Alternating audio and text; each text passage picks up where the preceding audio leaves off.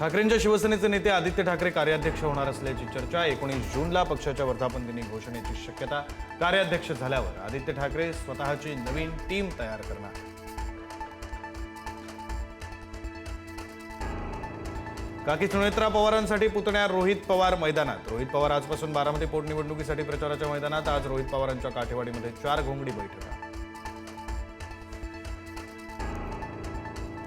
अमरावतीच्या परतवाडा लैंगिक शोषण प्रकरणी आणखी 3 अटक। आरोपींची एकूण संख्या 4 वर। एकमेकांना व्हिडिओ दिल्याची आरोपींची कबुली।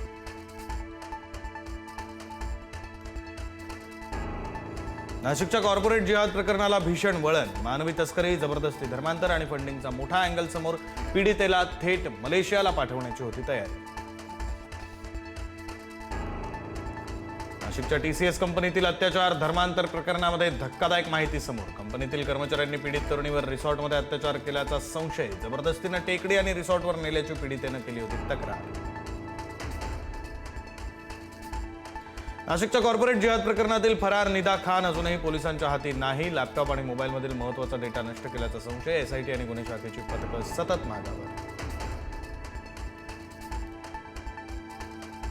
गोंदो अशोक खरात प्रकरणामध्ये ईडीने जप्त केले 2 गुन्हा कागदपत्र। नाशिक, सिन्नर आणि पुण्यामध्ये सलग 2 दिवस छापेमारी। मोठ्या व्यवहारांचा उलगडा, तसंच बड्या सरकारी अधिकाऱ्यांचं कनेक्शन समोर येण्याची शक्यता। मुंबईतील कॉन्सर्टमध्ये ड्रग्ज पुरवण्यासाठी ॲपचा वापर, तर अटकेतील आरोपी प्रतीक पांडेची कबुली। कल्याणमधील आनंद पटेल ड्रग्ज पुरवत असल्याचं समोर।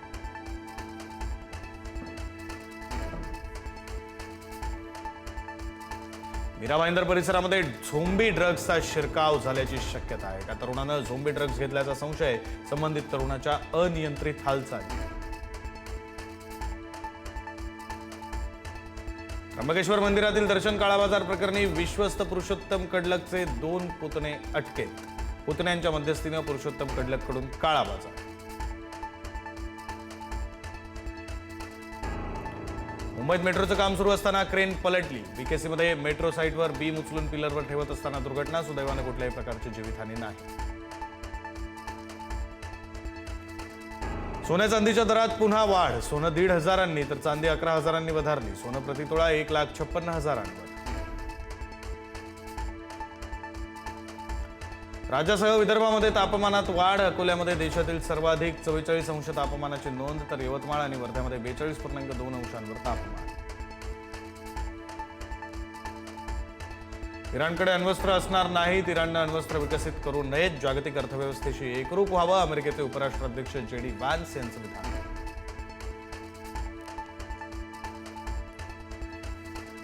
अमेरिकेकडून इराणी बंदरावर जाणाऱ्या जहाजांना नाकेबंदी। अमेरिकेच्या नाकेबंदीनंतरही 3 देशांचे टँकर हॉर्मुझ पार।